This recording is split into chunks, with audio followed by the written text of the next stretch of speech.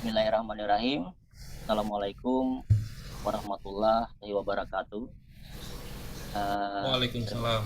terima kasih ya, moderator Ya, yang telah memberikan kesempatan kepada saya ya untuk menjelaskan tentang bagaimana legalitas usaha ini penting buat kita semua ya. Nah, tentu sebelumnya ada sebuah pertanyaan, seberapa pentingnya sih legalitas itu bagi UMKM ya? Jadi hari ini saya berbicara tentang konteks UMKM. Nah, jadi nanti juga saya akan menyampaikan tentang bagaimana sih dan apa-apa saja sih legalitas usaha itu yang diperlukan oleh UMKM ya. Nah, jadi menurut saya legalitas itu tentu juga sangat penting sekali ya buat kita semua, dan saya yakin juga sangat penting dan Anda juga berkeyakinan bahwa legalitas itu sangat penting juga untuk kita semua. Nah, kalau kita berbicara tentang legalitas usaha bagi UMKM, sebetulnya tidak berbeda dengan usaha yang sifatnya menengah ya atau besar. Kadang kita sering bicara nih, nih usaha kita misalkan masih kecil ya, sehingga tidak perlu legalitas usaha. Dan itu menurut saya stigma yang salah ya. Jadi tentu usaha kita tentu nanti akan semakin besar. Dan patut untuk melindunginya tentunya ya. Bagaimana caranya? Nah tentu kita harus bergandengan dengan legalitas usaha ya. Legalitas usaha itu tentu sangat penting ya buat kita semua ya. Nanti usaha kita juga akan berkembang lebih jauh dan lebih besar lagi. Begitu juga legalitas usaha juga sebagai bentuk taat kita kepada hukum. Nah, jadi mulai sekarang saya ingin menyarankan kepada Anda segera ya dibuat legalitasnya, yang belum lengkap juga segera dilengkapi, yang tidak berlaku lagi segera diperbaharui. Baik ya, kita akan masuk ke materi kita. Ini pentingnya legalitas usaha bagi UMKM. Itu judulnya saya tambahin ya, harus bagi UMKM karena konteksnya pada hari ini kita berbicara tentang UMKM. Nah, yang pertama dulu kita harus mengetahui ya apa itu legalitas ya. Jadi legalitas itu adalah jati diri untuk melegalkan atau mengesahkan suatu badan usaha sehingga diakui oleh masyarakat. Nah, di sini saya garis bawahi yaitu ada kata jati diri ya, atau sama dengan identitas. Itu merupakan ciri khas yang menandai ya bahwa usaha kita itu legal dan terdaftar di instansi terkait ya yang melegalkan. Nah, semuanya itu kan kalau kita sudah didaftarkan, sudah punya legalitas, tentu usaha kita legal ya, yang melegalkan logo kita misalkan, yang melegalkan produk kita ya. Jadi kita tenang bahwa semua aktivitas kita menjadi legal. Itu pengertian dari apa itu legalitas usaha, dan ini tentu sangat penting bagi kita semua, terutama bagi UMKM kita ya. Nah, kemudian kedua, mengapa sih legalitas itu penting ya? Nah, ini juga sebuah pertanyaan yang harus kita ketahui bersama, mengapa legalitas usaha itu penting. Jadi usaha Anda akan mendapatkan perlindungan hukum ya, serta kesempatan untuk mengembangkan usaha menjadi lebih besar. Kemudian saya garis bawah ya, perlindungan hukum ya. Misalkan begini nih, kalau ya kita kena kasus hukum ya tentang produk kita, yang pertama kali dicari dan ditanyakan oleh aparat hukum adalah izin-izin usaha kita. Ya. Kalau misalkan kita punya izin, misalkan kalau kita tidak punya izin ya, jadi tentu juga tidak ada perlindungan hukum buat kita. Kasusnya tentu akan menjadi lebih berat ya. Nah, itu salah satu pentingnya izin harus dibuat dan dilengkapi ya. Jadi ini bagian dari mengapa legalitas usaha itu penting. Nah, selanjutnya di slide yang selanjutnya, di sini juga akan saya jelaskan tentang legalitas usaha bagi OMK. Apa sih keuntungannya? Tentu kalau kita punya legalitas usaha, kita juga harus ada mempunyai keuntungan-keuntungan ya, bukan bukan sesuatu yang sia-sia ya kalau kita mempunyai keuntungan legalitas usaha yang kita buat.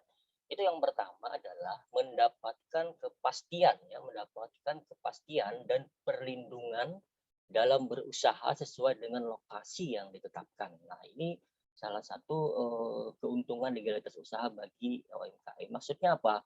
Nah, dalam perizinan usaha atau berusaha ya, biasanya kan lengkap tuh dicantumkan nama usaha, kemudian jenis usaha, lokasi usaha, dan lain-lain.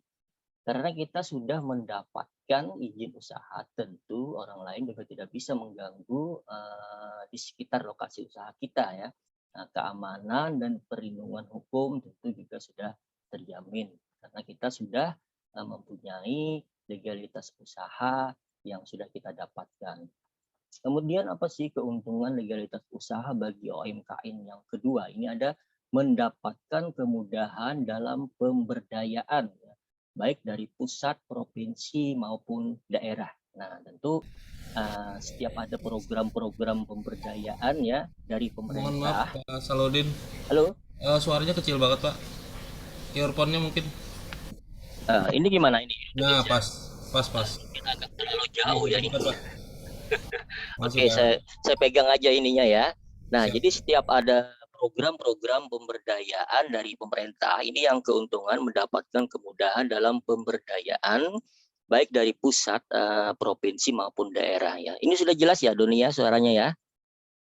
Sudah cukup jelas ya. Kemudian nah, setiap ada Jelas Pak, jelas. program ya, setiap ada program-program pemberdayaan itu dari pemerintah dan kita tentu dimudahkan ya berkesempatan ya untuk mengikuti program-program tersebut. Nah, tentu semua legalitas usaha akan dilampirkan dalam kita misalkan membuat proposal dari program-program tersebut ya.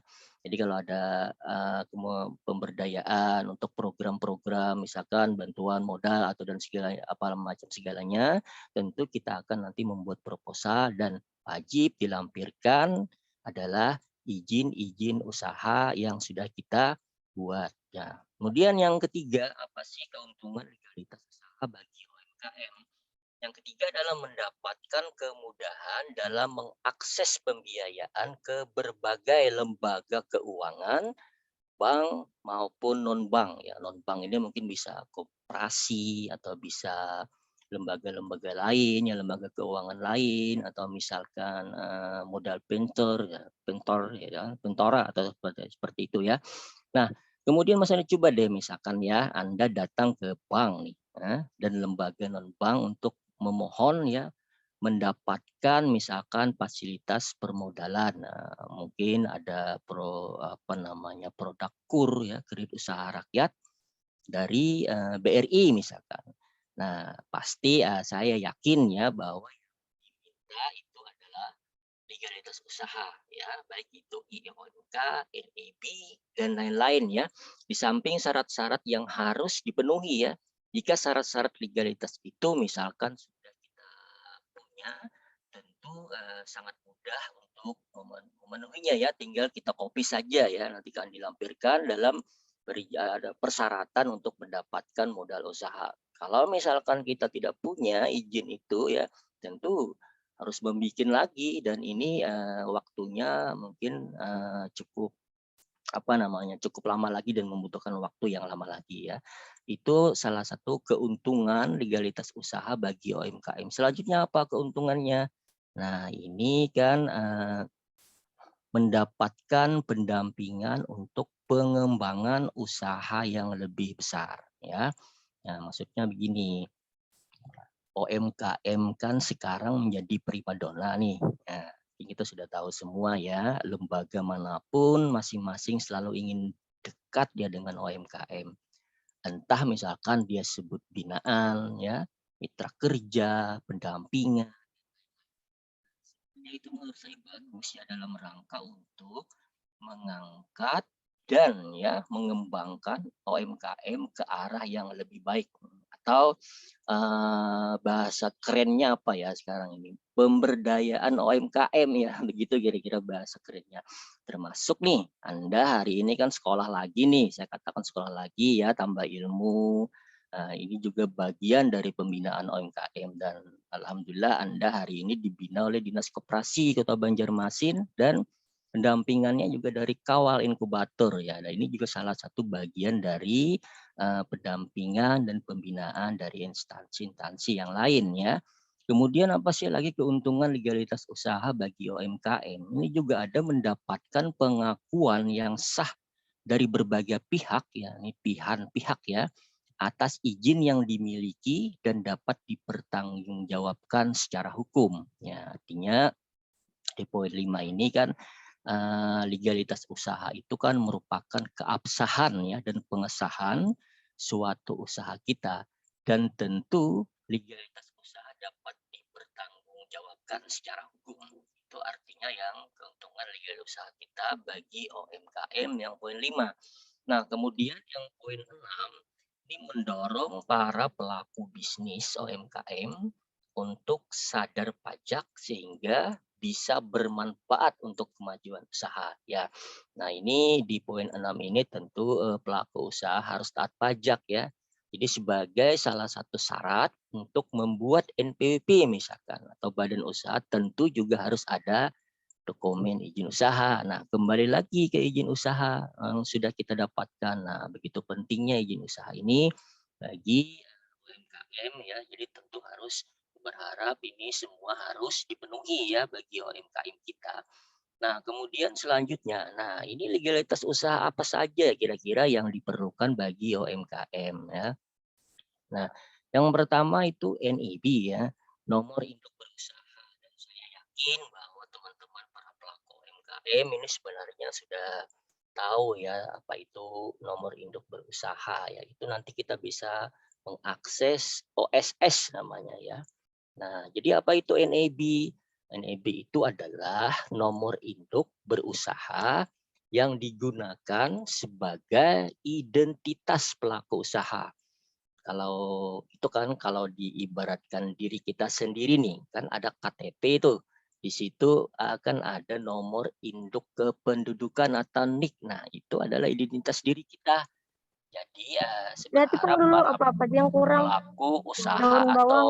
atau pemilik UMKM sebaiknya segera mengurus NIB yang diterbitkan oleh lembaga online single suspension ya atau disebut OSS ya.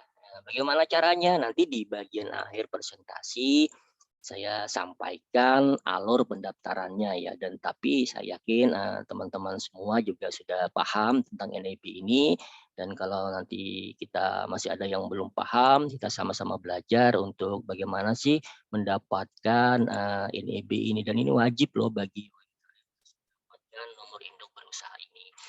Kemudian yang kedua, legalitas usaha yang diperlukan itu adalah IOMK ya, itu izin usaha mikro kecil. Itu kita juga bisa akses ya di OSS. Biasanya NEB dan IOMK itu sudah satu paket ya kita dapatkan di OSS tersebut dan ini izin yang minimal ya buat apa namanya buat para UMKM kita. Apa sih itu OEMK, IOMK itu? Jadi semua kita pelaku UKM ya tentu sudah familiar ya dengan izin IOMK. Nah, ini juga sebenarnya bukan hanya sekedar perizinan ya sebuah usaha. Tetapi juga ini bentuk support pemerintah terhadap sektor UMKM di Indonesia. Lalu bagaimana cara mendapatkannya? Kalau saya sih mungkin hanya barangkali punya waktu sekitar 10 menit ya, itu sudah bisa kita dapatkan izin NIB dan EMK. Nah, nanti untuk mendapatkan izin usaha tersebut tinggal kita nanti bisa akses ke OSS ya. Nah, kemudian yang ketiga ini ada PERT ya. PERT ini pangan industri rumah tangga ya. PRT ini pangan industri rumah tangga di produknya. Kemudian SPPIRT itu sama aja sebenarnya. Ini sertifikatnya ya. Sertifikat produksi pangan industri rumah tangga. Nah, jadi kalau produk-produk kita sudah dapat PIRT, kemudian nanti dapat diregistrasi ya, ada nomor PRT-nya atau misalkan sertifikat itu kita bisa dapatkan di Dinas Kesehatan ya. Nah, apa itu PRT? Ya, mungkin produk teman-teman semua itu sudah banyak mungkin yang sudah bisa dapat PRT tersebut ya. Tapi pada kesempatan hari ini merupakan sebuah legalitas usaha yang wajib juga diperlukan oleh UMKM. Nah, apa itu PRT? Atau yang lebih dikenal dengan sertifikat produksi pangan industri rumah tangga. Ini merupakan jaminan tertulis ya yang diberikan oleh bupati atau wali kota terhadap hasil produksi IRT, ya, produksi industri rumah tangga yang memenuhi ya atau yang memenuhi syarat dan standar keamanan tertentu dalam rangka misalkan produksi dan peredaran produk pangan ya. Ini izinnya kita dapatkan dari Dinas Kesehatan ya. Misalkan nih ada tentu untuk mendapatkan izin-izin tersebut ada persyaratan-persyaratan yang harus dilampirkan ya.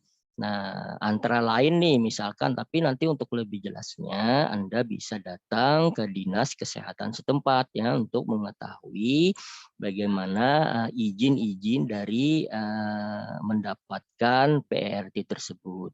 Syaratnya misalkan nih melampirkan KTP pemilik usaha dan kembali lagi kepada jati diri kita kan. Jati diri ya kan KTP itu jadi jati diri kita. Kemudian apa ya lagi syaratnya melampirkan pas foto misalkan ya ada ukuran entah 3x4 entah 4x6 ya nanti lebih jelasnya ditanyakan kepada Dinas Kesehatan. Kemudian ada juga syaratnya salah satunya melampirkan surat keterangan domisili ya. Jadi surat keterangan domisili ini kembali lagi kepada izin-izin usaha yang kita miliki ya. Nah, jadi setiap kita berurusan yang terkait dengan produk-produk kita tentu izin usaha itu harus ada. Kalau tidak ada kita tidak bisa ya untuk melakukan izin-izin selanjutnya. Kemudian juga syaratnya ya melampirkan denah lokasi dan denah bangunan ya ini juga banyak syarat-syaratnya ya untuk mendapatkan PERT ini. Selanjutnya apa juga syaratnya? Sebenarnya banyak ya syarat-syaratnya tapi ya kemudian ada juga melampirkan data produk makanan atau minuman yang diproduksi ya itu juga harus dilampirkan dalam kita mengurus izin dari PRI. Kemudian melampirkan label yang akan dipakai pada produk makanan atau minuman. Juga labelnya juga harus sudah siap ya untuk kita mendapatkan proses perizinan itu. Kemudian yang ke-8 atau 8 banyak ya ini sebenarnya apa namanya syarat-syaratnya ya. Menyertakan misalkan hasil uji laboratorium ini juga wajib ya karena produk kita tentu nanti akan diuji dahulu gitu kan terhadap produk-produk untuk mendapatkan izin PRT ini. Kemudian yang saya ingat itu mungkin mengikuti penyuluhan keamanan pangan ya. Nah, jadi itu salah satunya izin-izin dari PRT ya. Jadi uji laboratorium, kemudian terakhir juga mengikuti penyuluhan keamanan pangan. Dan biasanya penyuluhan ini dilakukan setiap 1 bulan sekali ya. Jadi nanti bersamaan didaftarkan, kemudian ada penyuluhannya 1 bulan sekali misalkan. Nah kemudian contohnya misalkan apa saja yang bisa didaftarkan di PRT ini. Ya, contohnya misalkan nih hasil olahan daging kering ya.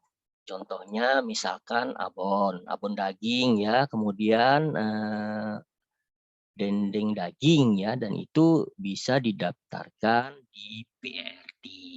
Kemudian misalkan ada lagi contohnya hasil olahan ikan kering ya. Contohnya kalau tadi kan daging, abon daging, ini kan kalau ini ikan kering, contohnya abon haruan misalkan. Ikan asin juga itu juga perlu mendapatkan PRT. Kemudian ada lagi ini hasil misalkan hasil olahan unggas kering ya. Nah, itu kan biasanya ada telur asin tuh. Nah, itu juga wajib didaftarkan di PRT ya, wajib didaftarkan di PRT. Nah, kemudian juga ada lagi misalkan sayur asin dan sayur kering ya. Contohnya misalkan nih empeng melinju ya, kemudian asinan, acar, misalkan itu juga bisa mendapatkan PRT ya. Kemudian contoh lagi misalkan bumbu nih ya, bawang goreng itu juga harus didaftarkan di PRT. Kemudian saus-sausan misalkan saus tomat, saus cabai dan lain-lain. Dan masih banyak tentunya lagi yang lain-lain ya. Mungkin produk Bapak Ibu yang hasil olahan pangan itu saya yakin mungkin sudah ada yang didaftarkan di PRT ya sebagai apa namanya dapatkan sertifikat dan itu satu produk ya itu bisa satu PRT ya. Jadi apa namanya maksudnya pendaftaran PRT ini wajib tidak? Ya, jadi menurut saya sebenarnya sih boleh dikatakan wajib ya. Ini juga sangat nanti akan sangat berpengaruh bagi konsumen agar produk kita ini benar-benar higienisnya. Jadi untuk selanjutnya nanti pian bisa berkonsultasi dengan dinas-dinas kesehatan setempat ya untuk mendapatkan izin-izin dari PRT tersebut. Nah, kemudian biayanya ada nggak sebenarnya PRT ini? Jadi kalau PRT ini sebenarnya kan salah satu dari layanan publik untuk pemerintah ya dari pemerintah. Sebenarnya nggak ada sih biayanya untuk mendapatkan izin ini. Cuma mungkin nanti ada biayanya terhadap uji laboratorium. Ya masalah biaya mungkin tidak terlalu mahal untuk UKM kita. Jadi untuk pendaftarannya tidak ada biaya dan kemudian yang ada biaya itu adalah hasil uji laboratorium. Nah, selanjutnya kita berbicara tentang sertifikat halal. Nah, ini juga legalitas usaha yang diperlukan bagi UMKM. Apa itu sertifikat halal ya? Nah, jadi sertifikat halal ini sebenarnya adalah izin edar ya, bukan. Sertifikat halal ini sebentar. Sertifikat halal ini sebenarnya jaminan ya untuk memberikan kepastian ya atas kehalalan sebuah produk ya yang diperdagangkan atau beredar di Indonesia. Nah, jadi sertifikat halal ini juga wajib ya. Jadi buat apa sih manfaatnya misalkan? Jadi kemudian kita bertanya buat apa sih manfaatnya sertifikat halal ya? Jadi sertifikat halal ini sebenarnya buat melindungi konsumen muslim yang tentunya ya terhadap makanan dan minuman yang tidak halal supaya tidak ada keraguan ya bahwa produk tersebut terindikasi dari hal-hal yang diharamkan ya. Nah, jadi ini adalah pentingnya kita membuat legalitas usaha dari sertifikat halal ya. Jadi sertifikat halal itu sebenarnya untuk syarat-syarat yang lebih jelasnya nanti Anda bisa datang ke sekarang kan kalau dulu kan sertifikat halal ini kan diurus di MUI ya, Majelis Ulama Indonesia. Sekarang berpindah ke Badan Penyelenggara Jaminan Produk Halal, BPJPH ya. Nah, jadi pertimbangannya mungkin karena sertifikat halal ini tidak bisa diurus oleh ormas ya, tentu harus pemerintah yang mengambil alih ya, sehingga kemudian Badan Penyelenggara Jaminan Produk Halal BPJPH itu sekarang bisa ada ya terhadap mengurus untuk sertifikat halal ya. Ini tentu juga sertifikat halal ini bagian dari legalitas usaha yang diperlukan untuk UMKM kita ya. Nah, kemudian yang selanjutnya apa sih legalitas usaha yang diperlukan UMKM ya? Ini ada izin edar ya. Ini izin edar ini dari BPOM. Nah, jadi izin edar ini adalah ya, ini izin edar nanti juga UMKM kita perlu nih ngurus izin edar ini ya dari BPOM. Jadi izin edar ini adalah persetujuan ya hasil penilaian kriteria keamanan ya, mutu dan gizi misalkan suatu pangan olahan untuk nih melakukan peredaran di Indonesia ya. Caranya harus melakukan pendaftaran produk pangan ke BPOM. Jadi izin edar salah satu syarat ya untuk pencantuman label BPOM ke produk Anda atau ke produk kita misalkan. Dan ini menandakan bahwa produk kita itu memiliki status produk yang sudah terjamin dari BPOM atau Badan Pengawas Obat dan Minuman. Nah, sekarang pertanyaannya, mengapa izin sertifikatnya diperlukan? Yaitu dengan tujuan ya, tentu ada tujuannya izin edar ini diperlukan ya untuk melindungi kesehatan misalkan dan keselamatan konsumen terhadap makanan misalkan ya, minuman, obat-obatan serta kosmetik yang beredar. Nah, jadi kalau misalkan produk kita tidak ada izin edarnya, itu bisa jadi nanti akan ada konsekuensi hukum ya bahwa memang kita mengedarkan produk-produk itu tanpa ada izin edar dari BPOM. Dan ini juga sangat diperlukan ya untuk legalitas usaha yang diperlukan oleh UMKM kita. Dari sekian legalitas usaha ini salah satunya adalah izin edar. Lalu misalkan contohnya apa sih produk yang wajib izin edar? Itu antara lain ya pangan olahan nih juga misalkan nih kosmetik ya, makanan kaleng itu wajib tuh izin edar, kemudian olahan daging yang dibekukan ya, kemudian air minum dalam kemasan, nah itu juga wajib. Nah kita harus mendaftarkan izin edarnya, kemudian jamu, obat-obatan dan lain-lain, karena juga wajib itu izin edar yang harus kita dapatkan. Nah, syaratnya bikinnya bagaimana? Tentu ya tidak jauh-jauh pasti deh. Saya yakin nih diminta izin-izin usaha lagi ya datang ke BUMN. Jadi semua produk atau semua legalitas usaha yang diperlukan itu saling berkaitan dari NAB, IOMK, PIRT, sertifikat halal, izin edar juga tentu apa namanya siklus ya dari legalitas usaha yang ada di kami tentu akan sangat tergantung keterkaitannya ya.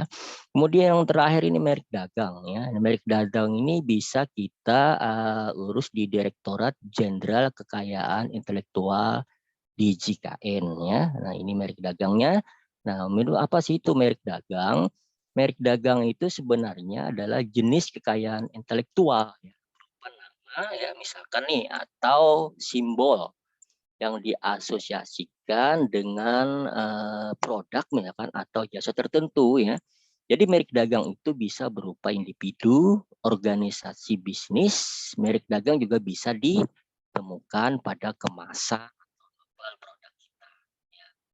Nah, kemudian bagaimana sih agar membuat ya atau membuat merek dagang ini, misalkan begini nih cara membuat merek dagang yang bagus nih, misal aja ya, misalkan contoh misalkan satu ada merek belum pernah digunakan. Nah, tentu kita tidak boleh ya harus memakai merek orang lain ya, merek lain orang lain. Contoh misalkan merek dagang kita tahu semua tentang kasus Robin Onsu ya, itu kan berproses berperkara itu ayam geprek gitu ya, itu berperkara di pengadilan ya karena ayam geprek itu sudah ada yang memakai ya. Jadi ini juga salah satu tentu yang harus kita pertimbangkan ya, tidak boleh ada nama sama dengan yang orang lain ya. Nah misalkan begini, kenapa sih kita misalkan perlu izin edar? Misalkan nanti aja lah misalkan kita ngurus izin edar misalkan ya.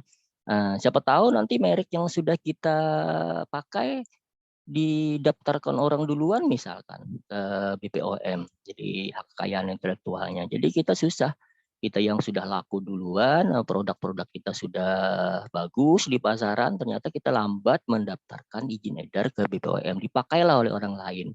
kita belakangan misalkan seperti itu. Dan tentu ini juga berpengaruh, kita tidak bisa lagi memakai nama tersebut. Kemudian juga merek tuh gambarkan produk bisnis. Nah, jadi tidak jauh-jauh dengan produk bisnis kita. Merek itu bisa kita gambarkan dengan produk bisnis kita.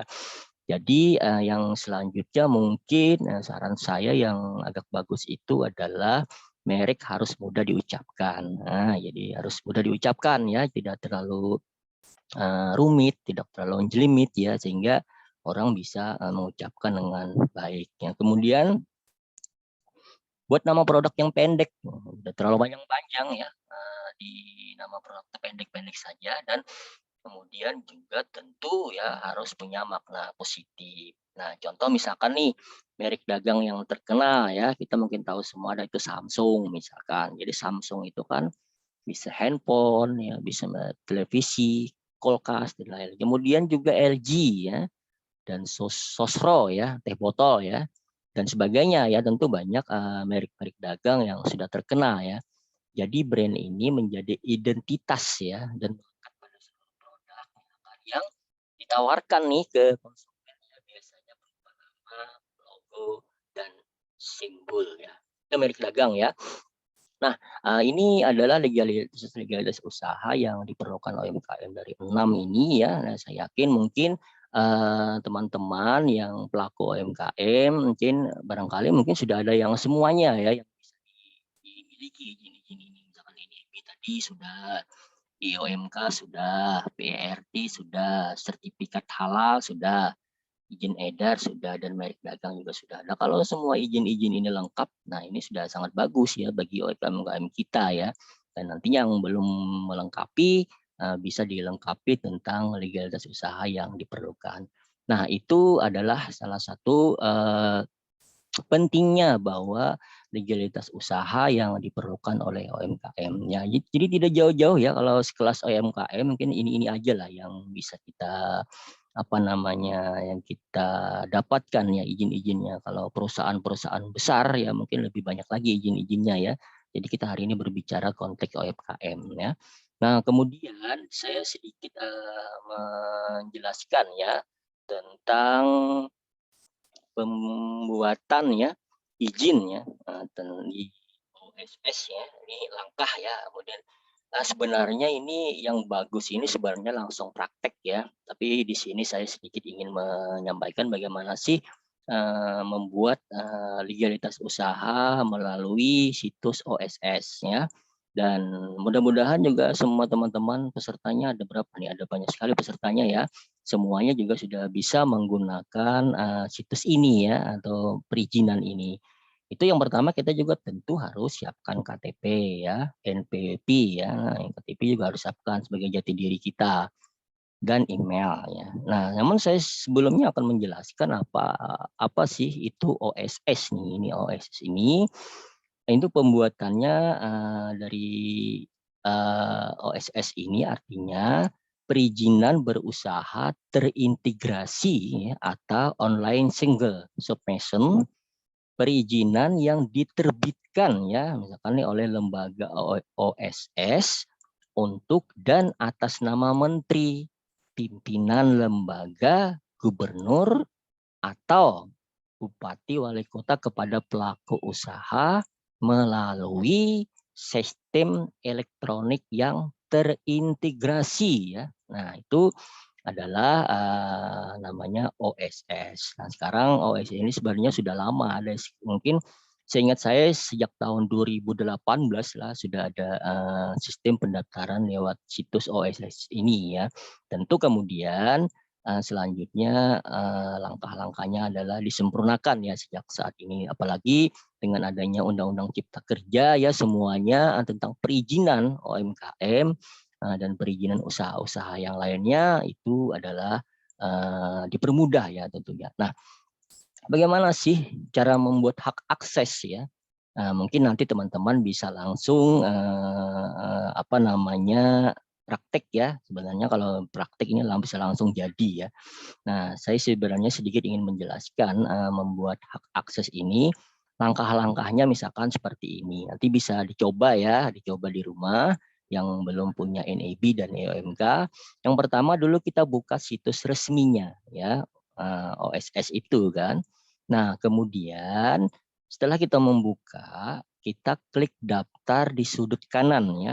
Nah, ini di sudut kanan nih, di sini kan, di sudut kanan. Nah, setelah itu ini kalau praktek langsung bisa nih, insya Allah Anda bisa semua langsung praktek, kalau langsung praktek. Kemudian pilih skala usaha UMKM. Nah, ini langkah membuat hak akses dulu sebelum ke perizinan ya, membuat hak akses dulu.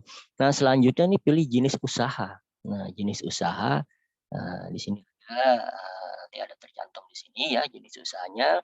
Kemudian setelah kita pilih jenis usaha, lengkapi data dengan benar ya pada form yang tertera di halaman. Nah, di sini kita tentu harus melakukan mengisi ya data-data yang sudah disiapkan. Nah, selanjutnya klik daftar ya. Daftar di sini nanti ada ya di kolom ini, klik daftar. Nah, selanjutnya adalah buka email ya dan klik aktivasi serta ingatlah username password yang tertera. Jadi akses kita ini nanti di email ada diberi username dan password ya. Ini satu dulu caranya membuat hak akses untuk pendaftaran NIB dan EOMK. Selanjutnya di sini ada langkahnya membuat NIB dan EOMK ya. Membuat NIB dan EOMK. Nah, ini sudah mulai nih cara kita membuat NAB dan EOMK. Tadi cara membuat hak akses, sekarang membuat NAB dan EOMK. Nah, yang pertama dulu kita harus username yang diberi tadi, yang di email tadi ya. Jadi login ke sini ya, ini ada nanti di sini login ya. Setelah kita dapatkan password dan username tadi yang dikirim ke email kita. Nah, kemudian pilih opsi masuk ya. Nah, ini ada masuk di sini. Nah, kemudian pilih menu perizinan berusaha ya. Nanti juga ada di sini di kolom-kolom ini. Kalau Anda nanti langsung praktek itu bisa melihat dengan jelas lah. Kemudian klik opsi permohonan baru. Nah, di sini juga ada nanti klik opsi permohonan baru. Selanjutnya yang kelima, ini klik perseroan, bukan perseroan ya, ini perseorangan ya. Dan lengkapi form data pelaku usaha dengan data yang benar. Nah, ini nanti bisa didaftarkan di sini ya, cara membuat NIB dan EOMK. Kemudian yang keenam, ini setelah semua data terisi, klik proses perizinan berusaha. Nah, ini bisa dicari di sini nanti perizinan berusaha. Nah, selanjutnya nanti Anda akan diarahkan ke halaman pernyataan mandiri ya. Baca dengan seksama, centang semua kolom dan klik opsi lanjut. Nah, lanjutkan, kemudian setelah dilanjutkan, kita akan tampilkan nanti di layar akan menampilkan draft NAB dan izin usaha. Nah, jadi sangat mudah sebenarnya untuk membuat NAB dan IOMK. Nah, selanjutnya setelah kita menampilkan draft NAB dan izin usaha, nanti ada kita yang ke-9 ini misalkan nih ada VPO ya, semua daftar dan pastinya isinya benar semua data. Jadi sebelum kita melakukan pencetakan, ini kelihatan ya di preview ini bahwa data-data kita bisa terlihat ya. Kemudian selanjutnya layar ke bawah lalu centang disclaimer ya. Nah, setelah itu klik terbitkan perizinan berusaha ya. Nanti kalau di sini kalau misalkan ada data kita yang salah bisa diupdate lagi. Nah, setelah itu kita klik terbitkan perizinan berusaha. Nah, klik cetak NIB pernyataan mandiri dan UMKM. Nah, itu selesai. Tidak begitu lama terbitlah NIB kita dan EOMK kita ya. Jadi tadi saya pikir bahwa ini memakan waktu tentang pembuatan ini adalah mungkin sekitar 10 sampai 15 menit ya. Jadi teman-teman semua yang belum membuat NAB dan EOMK ini sangat mudah sekali ya. Pemerintah juga sudah memfasilitasi lewat apa namanya lewat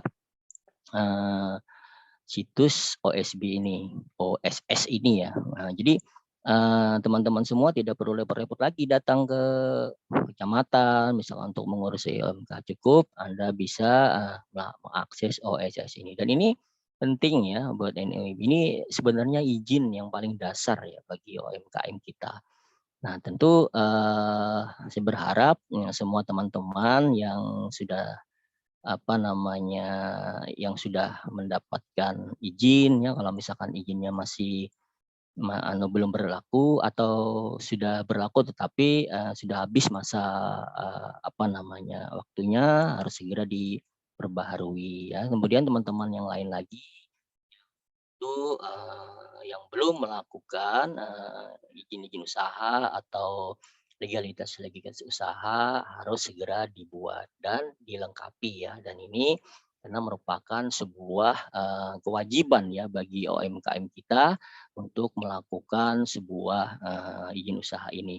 Eee, Mungkin itu saja yang bisa saya sampaikan ya. Tapi untuk membuat NIB dan IMK ini sebenarnya yang lebih tepatnya ini sebenarnya kita harus praktek ya. Tapi mungkin barangkali nanti ada di sisi selanjutnya teman-teman diberikan kesempatan ya, mungkin dari dinas koperasi atau dari kawal ya, untuk bisa melakukan praktek membuat NIB dan EOMK ini. Ya, ini lebih bagus secara offline ya, yang bisa langsung mendapatkan akses OSS ini ya.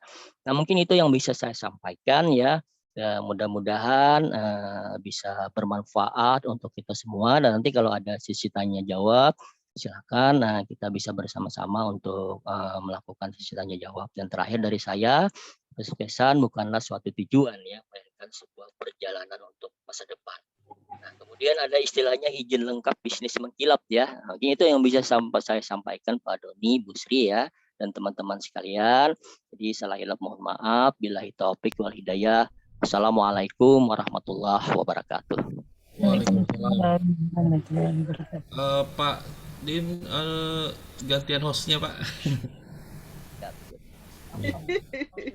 Ini ada kendala Iya. teknis. Oh ya ya. Gih, mohon di switch host dari Pian ke Ulun. Yes, host ya. Jadikan host saya.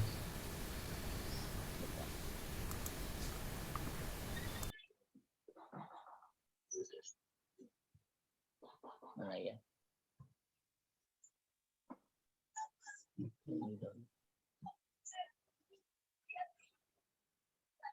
Silakan Bu Sri sambil jalan. Ya. Oke. Terima kasih Pak Din. Terima kasih luar biasa sekali untuk materinya karena isinya sih sebenarnya kita sudah ada teman-teman yang sudah melakukan itu sebenarnya Pak Din ya. Tetapi ini kita wajib perlu diingatkan terus-menerus. Itu yang penting ya. Selanjutnya adalah saya ingin mewakili dinas nih, ingin mengarahkan kita semua bagaimana nanti pendaftaran usaha yang bagi yang belum terutama ya. Pak Din jangan keluar dulu Pak Din. Oh ya, siap. Sebentar, saya mau kasih tahu Fajar. Karena nanti tuh ada yang diminta difoto itu Fajar ya. Sebentar. Saya telepon Fajar dulu. Jangan keluar dulu Pak Din karena dia harus masuk sebentar. Ya. Untuk difoto.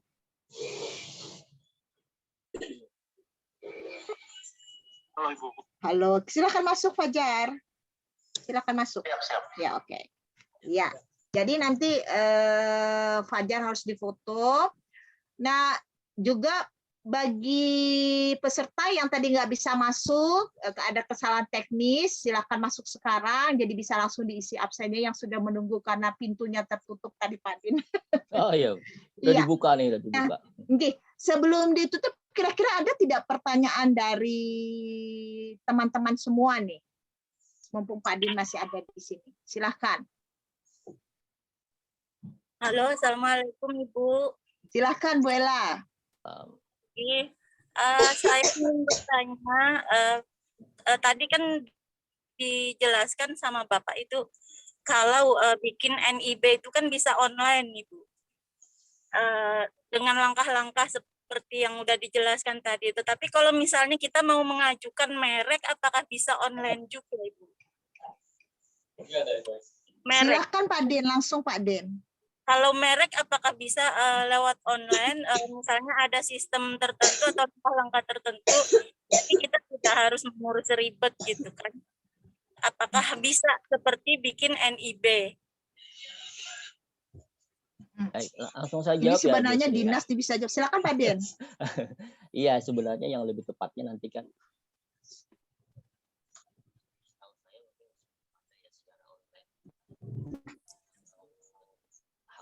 Langsung Pak Din. udah bisa terdengar ya? Hilang suara. Udah bisa terdengar ya? Halo? Halo?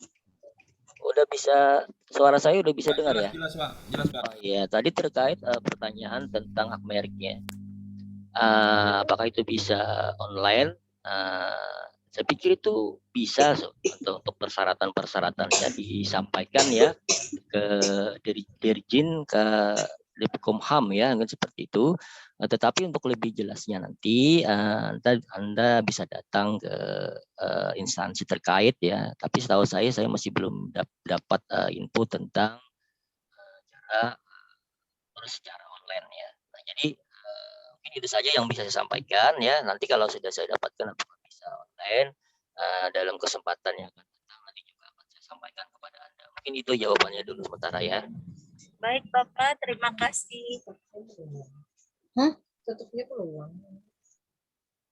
Terima kasih Pak Din, ini semestinya harus ada dari dinas yang bisa memberikan penjelasan, tapi tim dinas sedang menuju bareng Litbangda nih Pak Din, karena ada Oh ya. materi tentang inkubator. Ya, Fajar sudah ada di sini Kak Fajar? Fajar sudah di sini ya Don? Sebentar. Please check Fajar is here around. Oh, ini ada Fajar. Ini sudah connecting di audio Fajar. Iya. Pak Din, ada Fajar. Ya. Siap, Bu. Sorry Fajar, iya. Ini ada Fajar. Ya Pak Din, gimana Don, gimana diatur supaya Fajar itu bisa difoto Don, nanti dengan Pak secara besar bisa nggak Don? Saya coba dulu. Pak Din tahan ya. Siap, Bu, siap. Karena untuk SPJ apa narsum minggu depan juga tuh harus, nanti Pak Din juga masuk di kelasnya Fajar nih. Sebentar.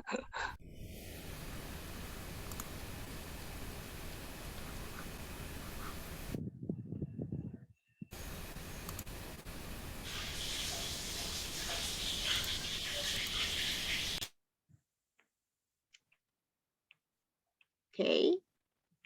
Tunggu masih. Foto ya? Pon? Dipoto ya semua ya? Foto semua, silahkan. Ada Fajarnya juga. Foto dulu. Sebentar, sebentar.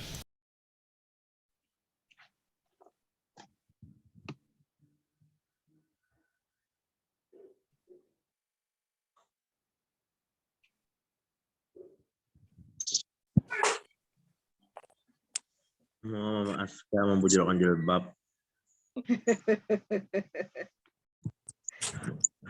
Bentar, sabar ya.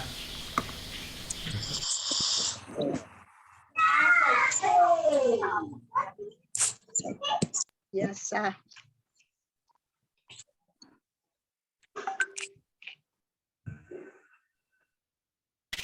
Oke, sudah. Ya, baik. It's good. Oke. Ya. Nah, kalau yang Fajar dalam foto besar bisa Don? Sudah bisa? Bisa, bisa. Oke, good. Oke, alright. Nanti setelah itu kita edit bisa ya untuk materinya mungkin di samping atau gimana nanti itu urusannya teman-teman digital nanti biar Pak. Yang penting Fajar beliau udah ada foto besarnya. Terima kasih Fajar deh. Kalau misalnya ada kesibukan lain boleh leave. Nanti Fajar ini akan memberikan materi tentang identitas usaha hari Sabtu ya. Ya, jadi betul. Pak Din juga kasih tahu bahwa nanti ada identitas usaha untuk pendaftaran logo free untuk peserta. Nah selanjutnya kan di dalam jadwal itu kan ada tentang pembagian kelompok ya. Jadi dari dinas seperti ini nanti Bu Sri untuk pendaftaran usaha yang semuanya belum atau sudah ada atau masih baru belum merek apa semua gitu kata dinas itu nanti dilakukan tanggal 22 Bu. tanggal 22 pada saat di Zurich. Kan itu ada pembagian kelompok kita, nanti tanggal 22 itu baru ada pendaftaran usaha gratis dan bisa dicek statusnya. Seperti itu dari Ibu Meli dan teman-teman dari dinas. Jadi nanti sudah disiapkan tim dari pendamping mereka sebanyak 5 orang yang akan membantu Pian untuk untuk legalitas usaha supaya bisa didaftarkan ulang atau baru. Demikian.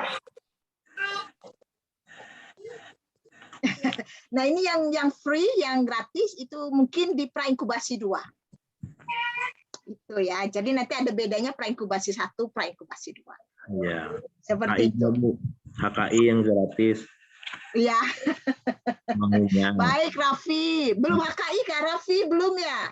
Masih sudah proses dari Dinas Perdagangan, jadi rekomendasinya sudah keluar. Selanjutnya ke Kemenkumham. Yes, oke. Kalau Oke. bisa itu gratis, Bu. Kan Oke, untuk UMKM oke. 500.000 biayanya. Ya, 2 tahun tuh Raffi prosesnya, kata Pak Farid, spend 2 tahunan menunggunya. Ya, jadi saya menuju ke Kemenkumham aja lagi. Menunggu yang gratis ya, Bu, baru saya ajukan. Oh, baik. Ya, sebentar. Ya, bentar. Oke. So, baik. Sepertinya tidak ada pertanyaan dari teman-teman, jadi kita jumpa nanti untuk pendaftarannya. Tidak ada hari ini dan selanjutnya kan kita di jadwal tuh ada kelompok 1, kelompok 2, kelompok 3. Menurut kita kita tiadakan hari ini. Langsung nanti di hari Selasa ya, tanggal 22 kita di Zurich. Iya, dicuri. Ya. Gimana? Sampai jumpa di Zurich ya. Jadi kita menunggu siapa yang belum absen saja. Silahkan Pak Din, kami mengucapkan terima kasih banyak kepada Pak Din atas nama awal juga dari semua. Terima kasih banyak atas penonton online kita pertama ini.